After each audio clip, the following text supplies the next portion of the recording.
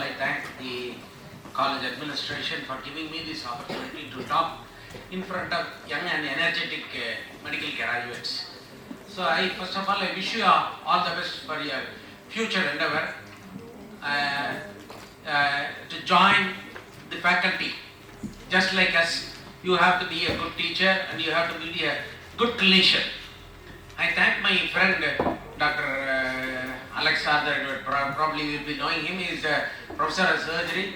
He only invited me and Dr. Suresh completed the task. So I want to talk to you something interesting and relevant to your examination point of view. It is not a mere theory, we will have some clinical aspect also, but mainly in undergraduate, acute conditions are not given in exam cases, but at least you should know, because acute condition you have to treat in your life. Even though you can go to any branch, but knowing medicine is very, very important. That you should remember. When you become a CRRI, when you become an internship, you should concentrate more on acute case, because most of the time we come across acute case, whoever manages acute case will score over others. So I will touch upon acute cases. Professor Jayaprakash will touch upon chronic case. If there is any problem, because I am, even though I will talk in English, in between if I use some Tamil word, if you don't know, you can raise your hand, I will stop and I will explain that. So that is my habitual, because we were in Tamil Nadu medical colleges. So we use colloquially Tamil words also. So if you have any difficulty in understanding the Tamil words, you can stop at any time, and if you have any problem, you can stop any time, or at the end of the session, you can ask anything. So I am dealing with acute respiratory condition. Before I go to this, because it is a clinical demonstration, I want to have some history also. So in respiratory system, we have 5 cardinal symptoms. The cough with expectoration, you know very well, that is a common thing. Chest pain to some extent. Hemoptysis is one of the breadwinner for respiratory physicians, and breathlessness, you know very well, it is a part of the disease and these. Most of the thing we know, it is not confined to a respiratory disease also, because I used to say my students, respiratory system and cardiovascular system are brothers or cousins, because the symptoms will cross over each other. So you should be able to differentiate, that is main thing, whether it is a cardiovascular disease or respiratory disease. But I will confine myself to these symptoms which are confined to the respiratory system.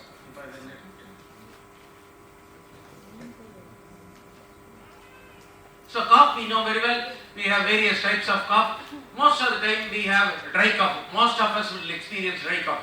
Most of the dry cough may be due to upper respiratory infection like laryngitis, pharyngitis. Every one of us would have heard laryngitis, pharyngitis. They say around 6 to 8 cold is common per any person, whether it is a viral or anything. So per year we will have this amount of cough. So the duration of cough may be an acute cough or a chronic cough. Acute cough will last less than 2 to 3 months. Chronic cough more than 3 months. Acute cough, as we know very well, it is mainly a viral infection, upper airway disease like laryngitis, pharyngitis. Chronic cough may be due to COPD or any interstitial lung disease or any other chronic ailment like bronchiectasis, tuberculosis. The character of the cough may be different. We have various types of cough. One is most important thing, what I used to say is barking cough. That is mainly a function. I don't want to say functional cough as a first, but anyhow I wanted to stress that functional cough as a barking cough. They will bark like a dog. But you have to observe these cough. Some of the young children and young girls, they have a psychological problem, will have such a cough. But you have to observe the cough. When we observe these patients, they will be coughing. When they go out or they will be talking to other person, the cough will not be there. That is main thing. So I am saying first is a functional cough. We should not say like that. But anyhow, we wanted to stress that barking cough is the first thing. The rest of the coughs are that we have a brassy cough where you will have a laryngitis, a mediastinal tumor or aneurysm of aorta. Bovine cough, we have to look for, that is the most important thing. When you have a recurrent laryngeal nerve palsy, the person will not be able to effectively cough it out. They will have a bovine cough will be there. These are the two important things, types of cough. And posture of the cough. Posture may vary Depending upon the posture, the cough may vary. Especially you have a early morning cough will be there in case of bronchiectasis, or cough on lying posture. Cough on lying posture may be due to GERD, G-E-R-D, GERD, or postnasal drip may be associated with posture. Diurnal variation, you know very well. Early morning cough is characteristic of postnasal drip and bronchiectasis. Nocturnal cough may be because of bronchial asthma, that you will have bronchial lumen will be narrowed around 2 to 3 p.m. So, if the person coughs around 2 to 3 a.m., you should think about it could be bronchial asthma. Number 2 is you should have a LV failure also will have a early morning cough, that you should remember. 2 to 3 o'clock you will have a LV cough also. Drugs. Anybody can tell you about any drugs which causing cough? AC, very good. Number 1. Number 2, sometimes you can have in beta blockers. Number 3, sometimes you can have in NSAID. The common thing we come across is AC inhibitor. Around 5 to 10% of the person will develop a cough. So when we start on AC inhibitor, we say they are prone to develop first dose hypotension. Number 2, they may develop cough. These are the 2 important things we have to tell the patient. First dose hypotension we have to observe, but you should tell them that you may develop a cough. But you should not give leading answer to them, because they may come out with the Madre Sarte, I developed a cough. You should not come like that. But you should know them. You should, if they are educated, you can tell them also. Sputum, we know very well. Sputum is, color of the sputum is very important. We have various color. The sputum is there. Most of us will have plain sputum, white and mucoid in consistency will be there. That is the common thing. But we come across other common color of the sputum is yellow sputum. Yellow sputum means it is associated with mucopurulent infection. That is mostly a bacterial infection. Sometimes even when you have plenty of the other color we come across is green color, where it is because of myeloperoxidase can cause green color, or Pseudomonas can cause green color sputum. The other color we come across is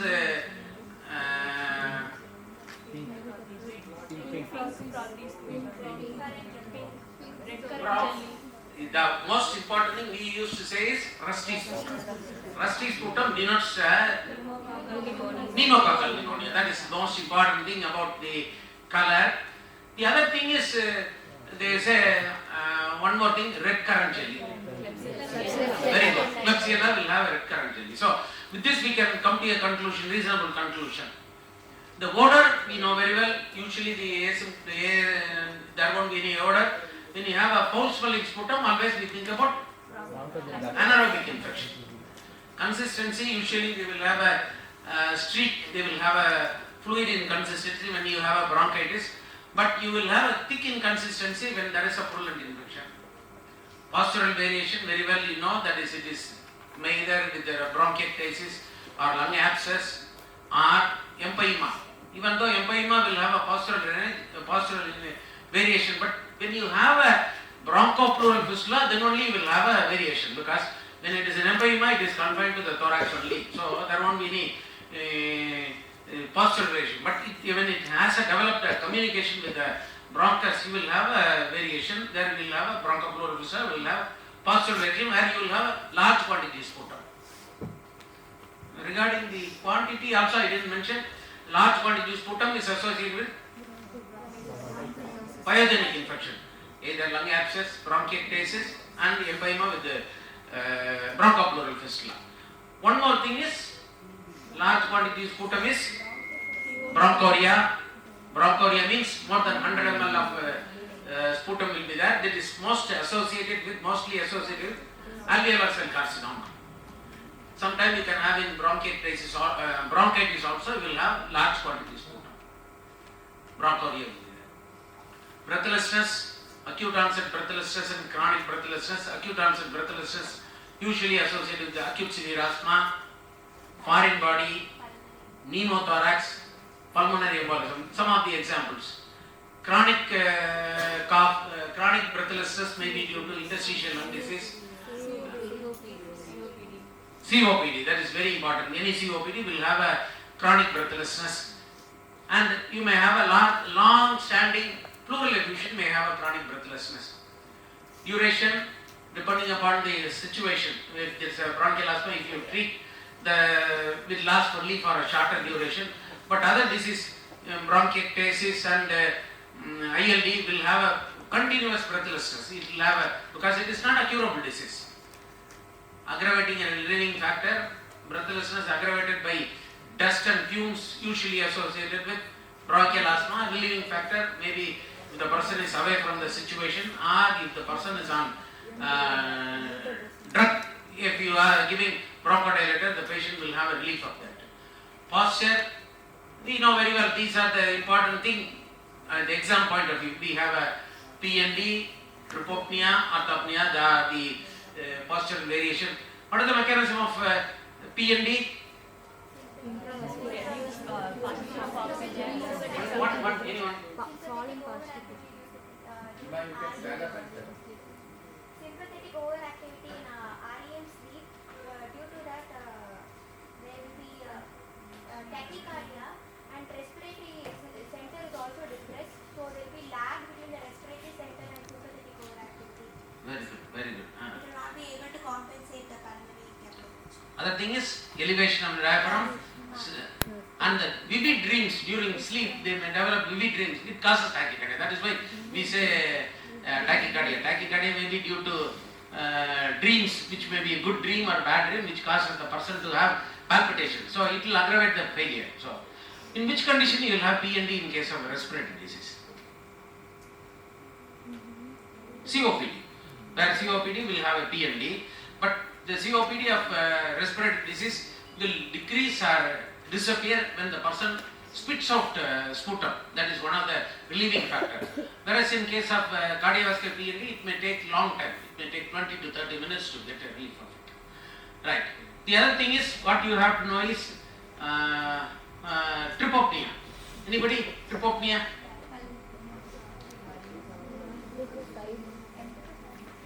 Either of the side. So this trypopnea will be there. It is associated with unilateral pleural effusion. So they tend to have a normal side, they tend to lie on the lower side. The affected side will be at a higher level. So that ventilation perfusion match will be there. So person will not develop any breathlessness. In cardiovascular disease, you can have a trypopnea in case of left atrial myxoma, or if it's a cardiomegaly. They used to lie on the right side. In a cardiomegaly, if it compresses the bronchus, if they lie on the right lateral position, they will not have any breathlessness. So in cardiovascular disease, one is left atrial myxoma or ball valve thrombus, or in case of huge heart, dyspnea will disappear on right lateral position.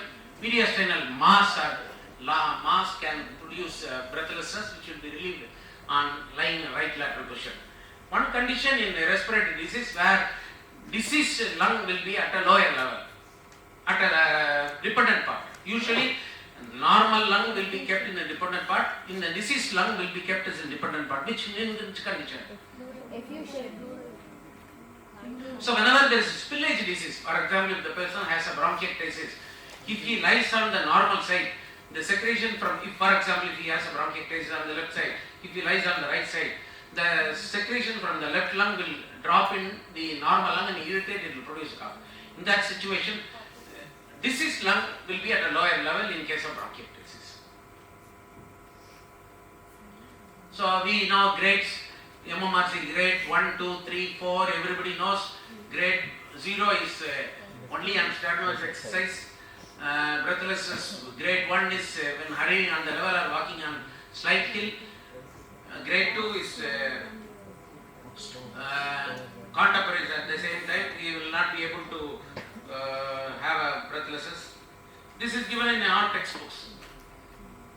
Chest pain, even though it is mainly confined to cardiovascular disease, still in respiratory disease also chest pain is very important thing. The site is very important in respiratory disease. The chest pain is usually on either side. Mainly it is a pleuritic chest pain. We know very well the site is either right side or left side. If it is pleuritic chest pain, which is mainly the pain is confined or more in the axillary area, because the axillary area where the three lobes are there, where the extensive movements are there. So you will have a pleuritic pain more on the axillary area. Nature will be a stabbing nature or retching nature. Onset acute pain may be there in case of respiratory disease, can be a pulmonary embolism where you can have a acute pain. When there is a pneumothorax, you will have acute pain. The duration depending upon the situation, in a pleural effusion or a pleurisy will have a continuous pain will be there. In pneumothorax you will have a sudden pain and then usually the pain may disappear. Mainly we are concerned about pulmonary embolism, pneumonia, pleurisy, pneumothorax. These are the situations where you will have a chest pain. Hemoptysis is one of the alarming thing we come across. Whoever sees the blood, even doctors will get alarmed. Even small quantity of blood may cause us to alarm. So usually, young age group, you will not have a malignancy, you will have infective condition. In old age, you may think about malignancy. The quantity is very important. We say small quantity is usually associated with chronic bronchitis. When you have a sputum streaked along the side of the sputum, we say it is chronic bronchitis. That is obvious. Whereas if the quantity is very large quantity, we have to think about certain situations. One is bronchogenic carcinoma, lung abscess. These are the situations where you will have large quantities put up. We classify large quantity hemoptysis as when it is more than 150 ml per day or in single episode or 400 ml in 24 hours. We say it is a large quantity hemoptysis. Life-threatening hemoptysis are when even small quantity of hemoptysis, if it plugs the bronchus and it causes hypoxemia, we suspect it could be a life-threatening. Even 100 ml can cause, if already the lung is damaged, even 50 ml of 100 ml can cause person to develop hypoxemia. Any hemoptysis, the hypoxemia, we say life-threatening hemoptysis. But one thing is here, you have to differentiate. That is why I stress this point. We have to differentiate hemoptysis from hematemesis. How will you differentiate hemoptysis from hematemesis? Color. One is frank blood in case of hemoptysis. That is dark blood in hematemesis because of acid hepatic. Number one. Number two.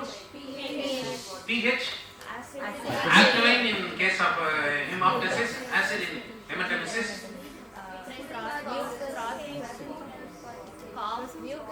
Sputum will be mixed in hemoptysis. Food particle may be there in hematemesis. They may have associated melena in case of hematemesis. The definite sign to say it is hemoptysis means cough will be there. The gold standard is to see under microscope. Usually the hemoptysis will have alveolar macrophages. So in hematemesis you will have food particles. So alveolar, but we don't do routinely. But to say for any test we have a gold standard. To say gold standard, to say it is hemoptysis, always you have to look for alveolar macrophages. But we don't do routinely. By inspection you can say. But if you ask the history, the person will say, I cough and bring out sputum by vomiting. Irumi, Vandi, then most of the patients will say. That is why I say you have to see the specimen. Don't rely on the history alone. You have to see the persons. That is very important. Another important thing is whether you see a clot. If there is a clot, it says probably not a fresh bleed. It is probably a bleeding has occurred some time back. So you have to look for melena. What is by definition? What is melena? Everybody will say, if you ask the patient, I passed black stools. But you should say black tarry stool. Tar is the color of the tar. So most of them they take a vegetable food that may cause a green color sputum. So there is not a green color portion. So you should ask about tar, black tarry stool. That is very important. These you know very well. Some of you would have heard these. They say bronchial asthma is around 7% of the world population are bronchial asthma. So some of you would have been in these. So duration of these may be an acute when the person is exposed to a dusty atmosphere or cool climate, they may develop these. Or sometimes in case of acute pulmonary edema. The earliest wheeze will be in pulmonary edema, maybe wheeze alone. So always whenever you have a examination, you are supposed to do, not in the exam but in your practice, combine both respiratory system examination and cardiovascular examination. I used to say, before you label as a disease as a respiratory disease, auscultate the apex to look for a murmur or look for a gallop. These are the two important things which will differentiate whether it is a cardiovascular disease or respiratory disease. You will have the habit of auscultating the apex before you label this as a respiratory disease. So you have to auscultate in the apex whenever there is a wheeze to differentiate from cardiac cause or wheeze. So there is an acute cause, maybe bronchial asthma or early acute left ventricular failure. So chronic wheeze may be because of the COPD or thing. Unilateral or bilateral, that is very important. So sometimes even bronchial asthma maybe have a unilateral wheeze because some of the difference in spasm may be there. But if there is a persistent unilateral wheeze, what will you suspect? Foreign body. Number 2 is a malignancy. Any tumor, unilateral tumor may be had. The aggravating relieving factor we were discussing. So acute breathlessness, I will discuss some of the situations. Pneumothorax, pneumonia, massive pulmonary embolism, pulmonary edema, acute severe asthma and cardiovascular cause. That is main important thing. We have to differentiate. That's why I put that and foreign body. Acute severe asthma will be discussed by Professor. So rest of the thing I will give a bird's eye view because we cannot give everything in a single class. If you have any doubt at any time, you can ask me. So pneumothorax, one of the important thing we have to see.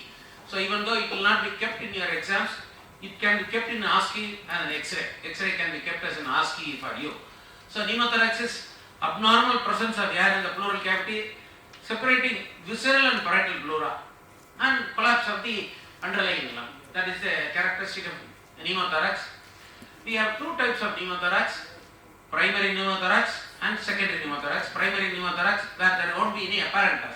But who are the people who will develop primary pneumothorax? All persons. They are prone because the lung is stretched. They will have the spontaneous primary pneumothorax. Secondary pneumothorax, the consequence of underlying lung disease. That is most of the situation we come across many underlying lung disease, and traumatic pneumothorax very well we know very well. So among the causes of secondary pneumothorax, obstructive lung disease, the one of the important thing, interstitial lung disease, infection. Among the infection, pneumocystis jirovei pneumonia we have to think about. The pneumocystis jirovei is initially it was very high. Now we have controlled the HIV diseases, so incidence has come down drastically. But any unexplained breathlessness in a HIV patient, always think about pneumocystis jirovei. It can be either a PC in the pneumonia or it could be a pneumothorax also. The other thing is connective tissue disorder. Other thing is catamenial pneumothorax and pulmonary infarction, pulmonary alveolar. These are all rare causes. The common things are COPD and among the infection tuberculosis and jirovei are common. So in our place mostly tuberculosis. Number 2, if they have a associated HIV, we will have pneumocystis jirovei. So this is where it is. I have taken this photo from which book? Huh? Davidson, right, very good, very good. So we have 3 types of pneumothorax. One is a closed pneumothorax where usually the patient will be dyspneic and they will have a comfortable, usually if it is a small pneumothorax, they will be comfortable. Number 2 is open pneumothorax. There is a communication with the pleural cavity and the trachea. These are the persons, they will also be comfortable because only disadvantage is they are prone to develop pleural infection. So they may develop empyema. Number 3 is most dangerous, tension pneumothorax, where the person will have check valve type. So when he coughs, he will send some air into the pleural cavity and the valve closes. Each and every bout of cough will he will send some of the air into the pleural cavity. The lung will be collapsed, the mediastinum will be shifted to the opposite. This is in the respiratory emergency. So in that case, you have to intervene early, otherwise the patient may die. Whereas in closed type, we have to intervene. Open also we have to intervene, but it's not emergency, but that is emergency situation. Symptoms very well we know: breathlessness, cough, chest pain, very rarely hemoptysis. Hemoptysis is not a prime thing. They will have a breathlessness. differentiate pneumothorax because it has a close differential diagnosis. Anybody? Clinical feature in pneumothorax? If you see the trachea, if it is under tension, the trachea will be shifted to the opposite side. Breath, chest wall movement will be very much reduced. Tachycardia, that is different. I could not hear you. That is very important because this is one of the important differential diagnosis for your pleural effusion. So pleural effusion will have all these features. If there is a more than 1.5 liters of pleural effusion, the tracheal shift will be to the opposite side. Breath sound will be diminished. If you do percussion, you will have hypercussion. That is important thing. Breath sound will be absent. Less like in a pleural effusion, you will have absent breath sound. Only differentiating feature is percussion. So you should know how to percuss. You should know how to percuss and identify. So you should know how to percuss and identify resonance and hyperresonance and tympanic. How many of you have heard the tympanic or felt the tympanic drone? If you percuss over your abdomen, that is tympanic. So go on in the room and you should percuss today and identify this is. So the gold standard to diagnosis, X-ray chest, where you will have a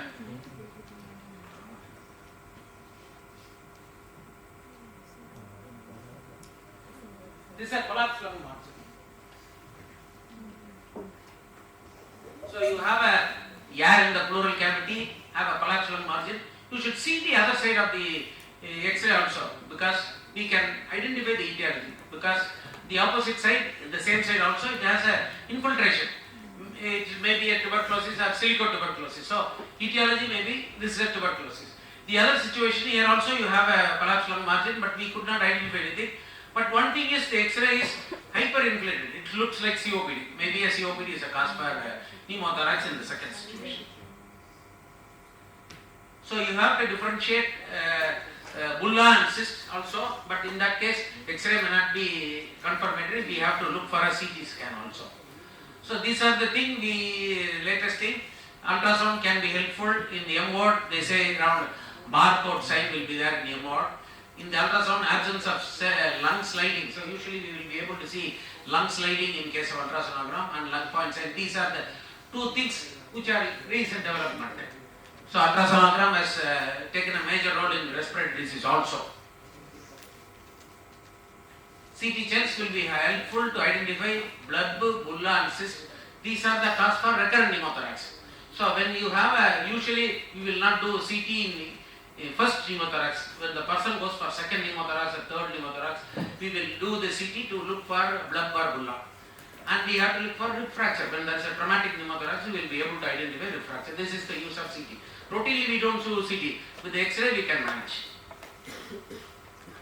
So treatment, when you have a small pneumothorax, we can observe because they say around 1.25% of lung will expand initially per day.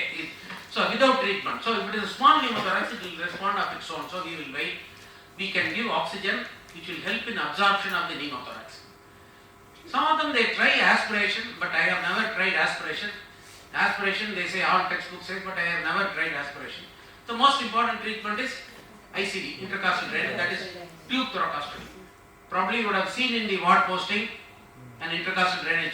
Usually in those days they used to say anteriorly ICD is done. Now we don't prefer ICD. We prefer in the mid-axillary line, usually fifth space, or if it is going to be a loculated pneumothorax, depending upon the various spaces we may prefer. But generally pneumothorax means we introduce intercostal drainage tube in the mid-axillary line. So we have a water seal intercostal drainage tube where we have a tube, we have a bag which contains water which will not allow the air to enter into the pleural cavity because here always the pleural cavity has a negative pressure, the air may suck in. So we have to prevent that. And pleural disease is for we introduce some chemical so that parietal visceral pleura will come against each other. So this is done when there is a recurrent pleural effusion, recurrent pneumothorax. So a tube thoracostomy done when there is a lung expanded, we will remove it. If it is not expanding or if there is going to be a recurrent pneumothorax, we do pleural pleural disease. VATS is the thing which the thoracic surgeon will do whenever there is a recurrent pneumothorax. Complication, we are told that tension pneumothorax, bronchopleural fistula, the second X-ray we showed, re-expansion pulmonary edema rarely can occur. So whenever there is, this is more common, especially when we ask about the pleural effusion, we ask about the complication. This is more common, re-expansion pulmonary edema, common when we have aspirated large amount of pleural fluid. In the same way, when the lung suddenly expands, when the pneumothorax is for a long time, we have not done anything. When we suddenly introduce ICD tube, the lung will expand. Sudden expansion of the lung will cause flooding of blood into the lung. It can cause pulmonary edema. So in that case, we have to be very careful. This is one of the causes for unilateral pulmonary edema. So very difficult. Sometime I had come across 4 or 5 cases when we did in a malignant pleural effusion. We had done that. In that case, we introduced, we have put the patient on mechanical ventilator and the patient survived. The other important thing is pneumonia, inflammation, consolidation lung tissue due to an infective agent. Usually we will have a product of may or may not be there. Pulmonary sputum, we have given 3 clues for the pneumonias. Anybody can recollect that? Pneumonia by looking into the sputum. I have told 3 rusty sputum, that is very important. You should never forget that is pneumococcal pneumonia. Red currant jelly is Klebsiella.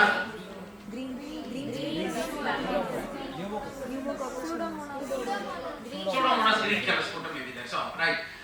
Dyspnea, and they will have tachypnea, fever with rigor, pleuritic chest pain. A new onset of opacity in X-ray. 2 or more of the above finding will consider as pneumonia. Pneumonia, community acquired pneumonia develop outside the hospital. Hospital acquired pneumonia, when the person is hospitalized in an acute care hospital for 2 days or more in the past 90 days, we say hospital acquired pneumonia. Have been resident in a nursing home or a long-term care facilities, received intravenous antibiotic therapy or chemotherapy, wound care within the past 30 days, or attended the hospital or hematologist clinic. These are the things, hospital acquired pneumonia. Predisposing factor for the pneumonia is upper respiratory tract disease, especially when they have a viral infection, they are prone to develop. Smokers are prone to develop, alcoholics are more prone to develop. Old age people, they used to say it is friend of the old man. The pneumonia we used to call friend of old man. When there is a pre-existing lung disease, when they have a bronchiectasis or cystic fibrosis, they are prone to develop pneumonia, especially when they have a gram-negative infection. Long-term steroid may have a prone to develop pneumonia. Even in a bronchial asthma, if they are long-term steroid, some of them they are prone to develop pneumonia. We have common things are there. Typical pneumonia, streptococcus pneumonia, Haemophilus, Klebsiella, pneumococcus, staphylococcus, atypical pneumonia, Legionella and mycoplasma. Viral infection. Among this, flu is a common thing. Most of us will come across flu pneumonia. Measles are very important thing. We have used some of the measles are, when they develop measles pneumonia, they develop necrotizing pneumonia. When they heal, the necrotizing pneumonia will result in bronchiectasis. That is why when we ask about the history in case of bronchiectasis, we ask about the measles and whooping cough or any viral pneumonia. So they may result in long-term effect, maybe a bronchiectasis.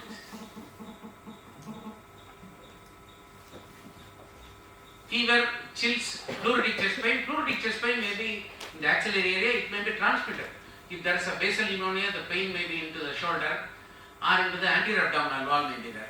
Cough will be there, pulmonary sputum will be there. The other important thing, non-respiratory symptoms also. In the room itself, he passed urine.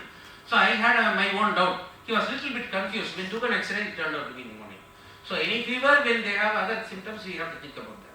The other important thing, when you have a pneumonia, you have to think for is, in the lip, what you will look for? First lip or abstract lesion? Herpes labialis. When you have a herpes labialis, you should think about pneumococcal. The other important thing, inspection wise, flaring of the nose, mooku mattu ipadi varum, that is associated with pneumonia. These are the things you have to look for in pneumonia. Tachypnea, fever, tracheostomy. Clinical examination, usually pneumonia doesn't have alteration in the shape. So usually they will have trachea will be in the midline.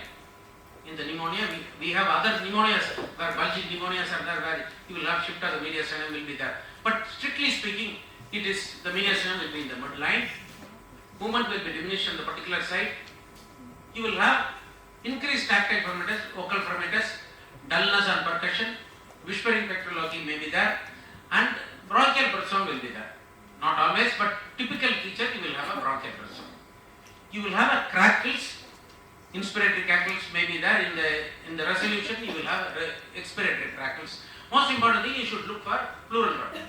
I don't know how many of you have auscultated the pleural rub. It is a superficial squeaky sound which is leathery in quality, which will be well heard with the diaphragm of the stethoscope because it is high pitched sound. High pitched sounds are well heard with the diaphragm of the stethoscope. The one important thing, differential diagnosis is crackles. So you have to differentiate from crackles. In that situation, if you give more pressure, the pleural rub will increase because the pleural rub is because of the rubbing of parietal and visceral pleural. So in case of crackles, it will not increase. So the most important clinical condition thing will you have to press and you will be able to see. Most important thing is the quality. If you once you have the rub, you will never forget it in your life. So rub may be a palpable also. So when you have added sounds, always you have to palpate. So rub will be palpable. The investigation, we do hemogram for routinely, urea for that is to assess this, that I will tell you, electrolytes. Always we do renal parameters and liver function. Some of the pneumonia will have jaundice also. The other important investigation, ESR, CRP and procalcitonin. Procalcitonin is very useful nowadays. It differentiates from infective condition and non-infective condition. Number 2, the PCT may come down as the infection comes down.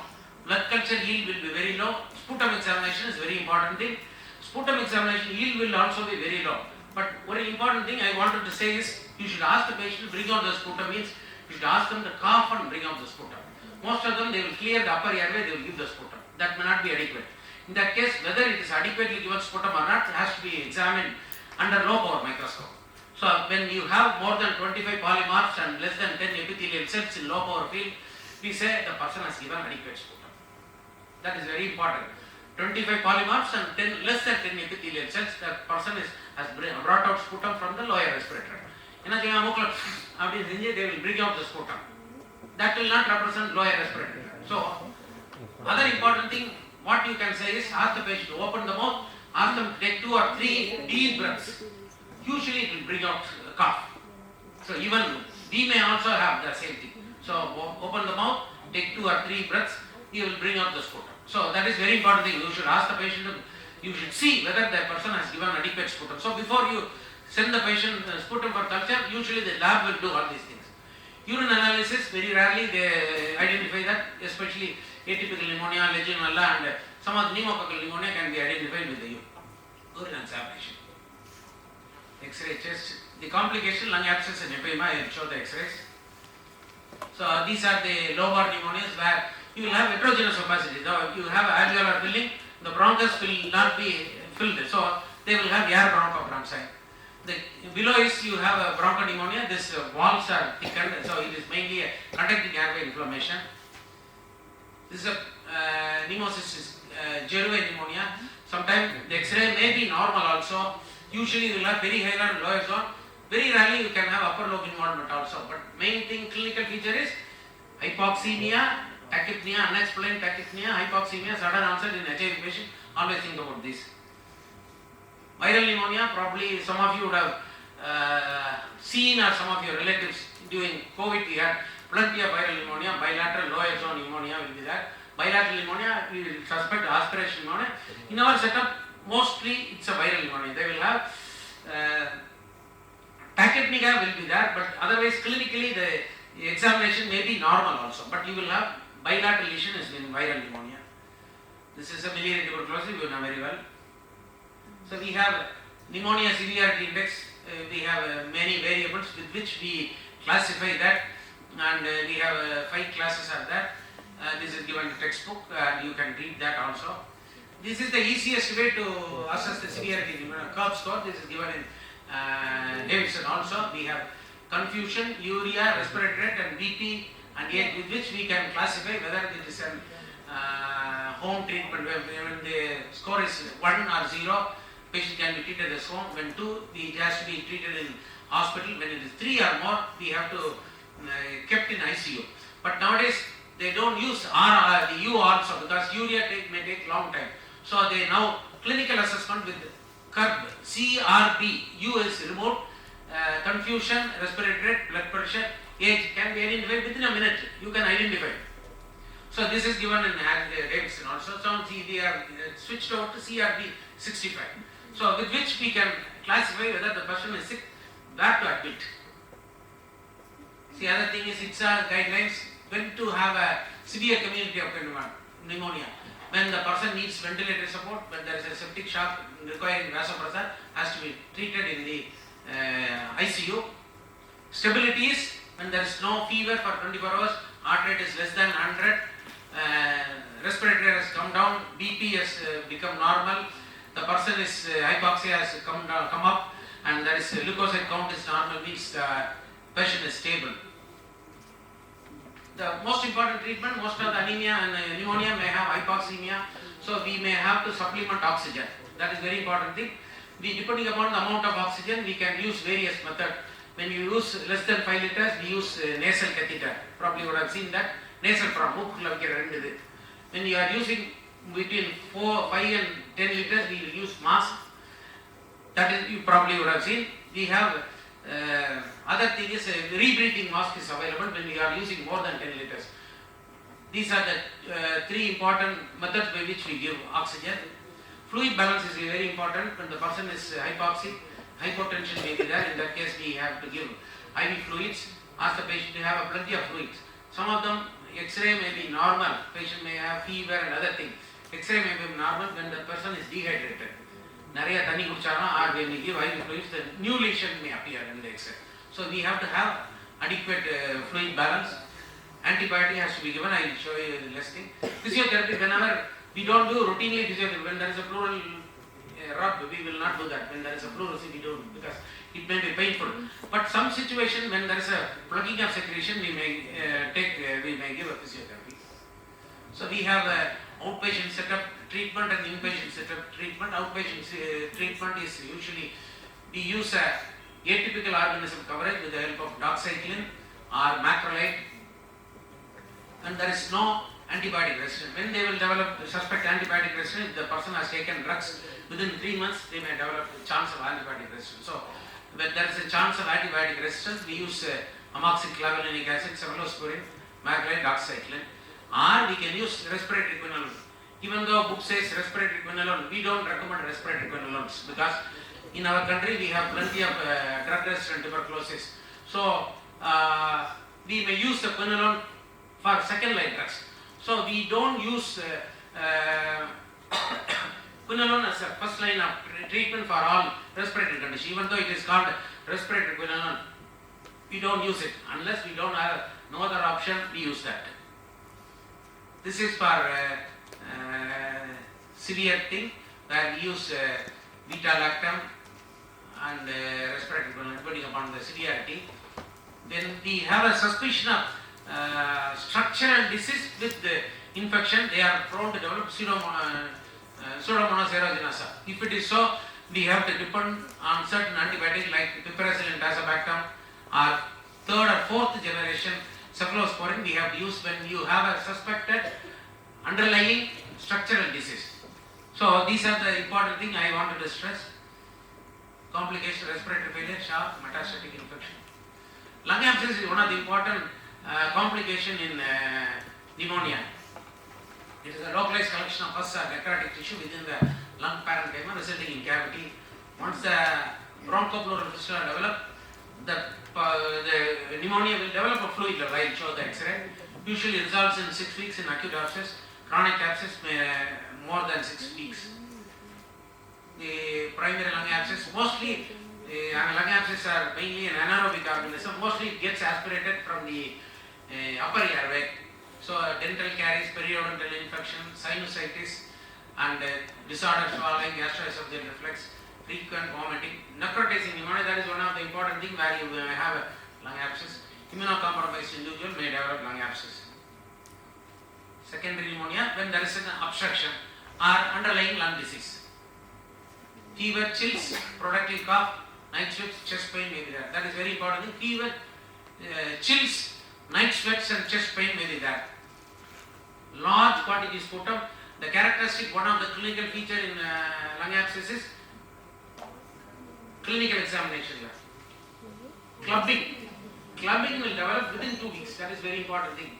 This one situation and lung abscess and empyema where the clubbing will develop within 2 weeks. They will disappear when the infection is controlled.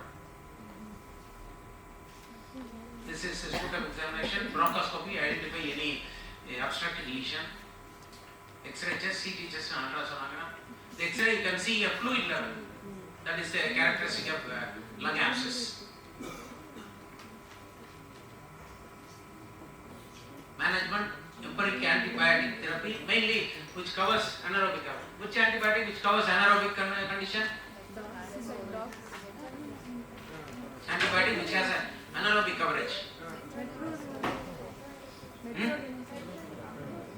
Many things are there. We commonly use clindamycin, metronidazole. Metronidazole very rarely, it is not 100%, but clindamycin is one of the important antibiotics which has anaerobic coverage. Treatment is our prolonged duration, around 3 weeks. Usually, your pneumonia we usually treat for 5 days only, or some of them they say 1 week fever. In case of lung abscess for 3 weeks, some of the atypical pneumonia, for example PCP pneumonia or legionella pneumonia, where we have to give for 3 weeks. So atypical pneumonia for 3 weeks, other pneumonia is 5 to 7 days only. Vaccination, we have 2 vaccines.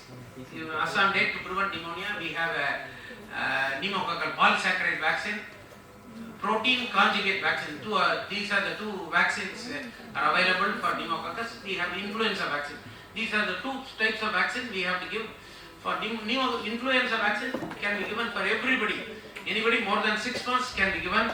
You should also as a medical professionals, everybody should have a flu vaccine. Whereas pneumococcal pneumonia only in high risk patient or if the person is more than 65 years. So initially we used to give protein conjugate, that is PCV 13, and followed by either within 2 months or within a year you have to have a follow-up vaccine of the polysaccharide vaccine.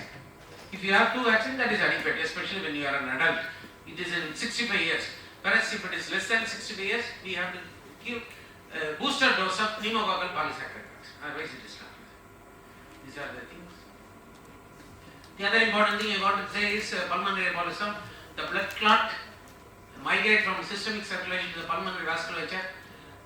Majority of pulmonary embolism is the result of thrombus formation. DVT and pulmonary embolism are interlinked. So we used to say only one disease. Usually whenever we have a DVT, it may spread to the lung, it can produce the pulmonary embolism. So whenever there is an unexplained breathlessness, I said previously there is a pulmonary embolism. Whenever you have a suspicion of pulmonary embolism, you should see both lower lip. Sometimes they may have unilateral DVT may be there. That is very important thing. The calf muscle thrombus, pelvic vein thrombus are more common. Upper limb DVT is very rare. Right ventricular thrombus can happen. What is the cause for right ventricular thrombus? Anybody?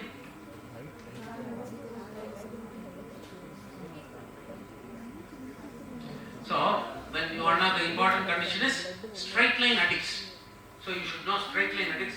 Those who are using addicted person, they may use a unsterile syringe. They may inject the unsterile thing. They may develop vegetation in the tricuspid valve. This is the only situation where native valve endocarditis can develop, where the normal valve may get destroyed and they produce a native valve endocarditis. It can cause a thrombus, it can be dislodged. So they may develop pulmonary embolism. Air embolism can have, rarely, these are the things are rare. Common is DVT. So most common with the pregnancy, where they will have a lower limb stasis and pelvic vein thrombosis. So pregnant ladies and long-term surgical procedure can cause DVT, it can cause pulmonary embolism. Stasis, one of the important thing, endothelial injury. Hypercoagulability. When there is a pulmonary embolism in a younger age group, we have to look for any hypercoagulable state. Especially old age group. My grandmother she was having a osteogenic sarcoma. She developed suddenly breathlessness and turned out to be a pulmonary embolism because procoagulable state. Any malignancy, procoagulable state. The same way, young girls, they develop means always think about oral pills. If they are on oral pills, estrogen can cause other things. Other important thing is you have to exclude, just like in a stroke, we have to exclude protein C, protein S deficiency. So that is important thing where if it is so, we have to give lifelong anticoagulant. Most important thing in clinical sign is tachypnea only. Tachycardia will be there. Shock and hypotension will be there. If that involves an infarct, you may have a pleuritic chest pain. Hemoptysis may be there or not. The most important thing you should look for elevated JVP. P2 should be auscultated. When we have other than important structure to auscultate, other than apex is pulmonary area. So you have to look for low P2. You should look for elevated JVP. The suspect, when you have a suspicion of pulmonary embolism, always you should do a D dimer, which is not D diagnostic, but you can throw a light. ECG may show, other eye will show the feature. Radiology also may. The most important investigation is CTPA, CT pulmonary angiogram. ECG shows S1Q3T3 pattern. Probably you can see that in this X-ray. S1 in lead 2 and S wave in lead 3, 2, 3. AVF you will have T wave inversion. What we call is S1Q3T3 pattern. This is commonly asked MCQ, especially when you go for a PG entrance examination. When there is a right ventricular strain, we have to suspect pulmonary embolism. This is I got it from Davidson. You can see that in Davidson. We have various signs. It is not necessary. Pleural effusion may be there. It may be a blood-stained pleural effusion. The confirmation is CT pulmonary angiogram. Initially, when we were all students, we find it difficult because we never had such an activity. They used to say we have to do pulmonary arteriogram, but it is not possible. Nowadays, it is everywhere you can have CT pulmonary. That is the gold standard to confirm the pulmonary angiogram.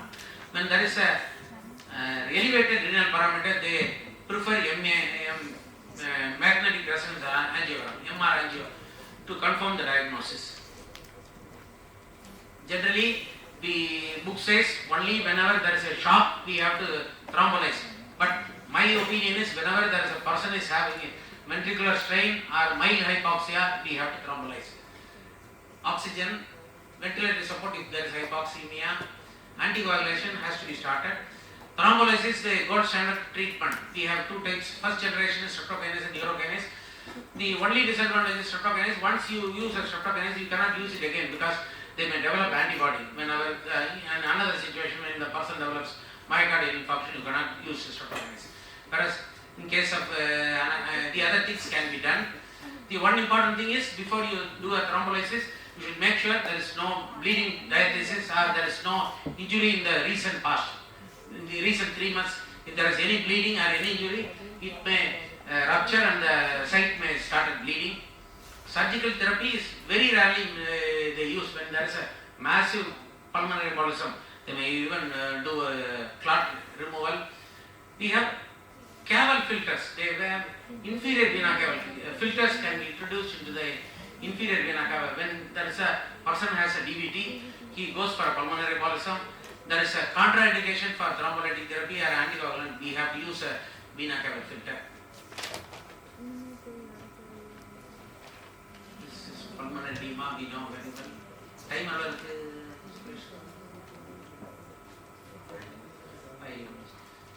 So this is pulmonary edema, cardiac pulmonary edema, very well know. I will not go into that.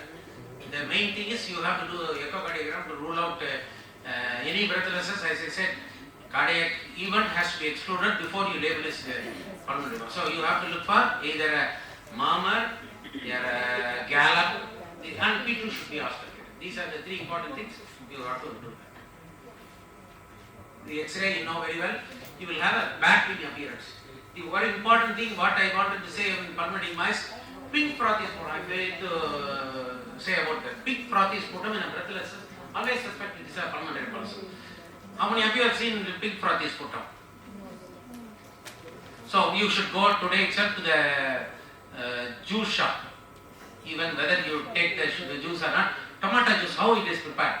When they prepare a juice in a mixie, you can identify that is the typical color of a pig frothy sputum. So you go and see that, because I have seen only two pig frothy sputum. If you want to see, you don't take, even you need not take a tomato juice, but at least go and see the prepared pig frothy sputum. So you have to look for CT, not necessarily mainly echocardiogram. The other thing is X-ray will show bat wing appearance. That is very characteristic of pulmonary edema. Treatment is mainly supportive treatment. Treat the cause. Oxygen is very important thing. Non-cardiogenic edema. That non-cardiogenic edema, we have to have an acute insult within one week, where you will have opacity in the X-ray, which will not say this is the etiology for that, and you have to exclude cardiac cause by echocardiogram.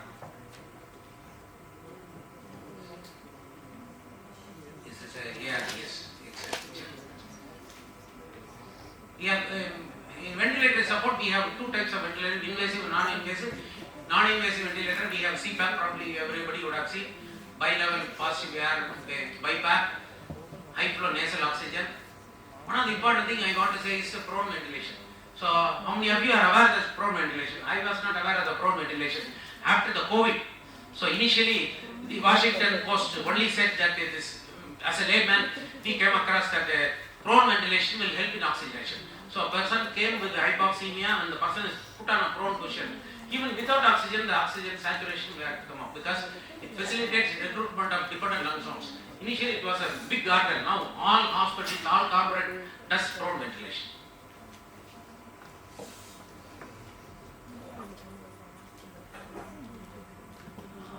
The complication of ventilator support is barotrauma. They may develop pneumothorax whenever there is high pressure is in use. Prolonged mechanical ventilation may need tracheostomy. When you are using tracheostomy, the ventilation for more than 5 days, you have to do a tracheostomy. And subglottic stenosis can come. And subglottic stenosis were very common when we were all students, because we were using high pressure, low volume cup. That is, we used to call red rubber tube. Nowadays they don't use it at all, even though we have some places. Now they use vortex tube, where it is a low pressure, large volume cup. The chance of subglottic stenosis is very, very less. Now they have a cup pressure measurement instrument is available, so the chance is very less. In those days, when we were all students, the person will be surviving after a prolonged order, but they will die of trachea stenosis. Now it is not possible. The chances other is pneumococcal pneumonia, nosocomial pneumonia, DVT, muscle weakness, renal failure can have with ventilator support. So nowadays, with this, even though these are the complications I have told, but the chance of developing these complications are less, because we have advanced in our technology, we have advanced in treatment, we are observing these things. So the post-intubation subglottic stenosis are not there at all. So with this advancement, we will come up. I think with this I conclude my talk. I thank you, my dear students, for your patient listening. So at the end of the session or somewhere else during lunch session, if you have any doubt, we can ask, because it is late. Sir is waiting for the next lecture. Thank you.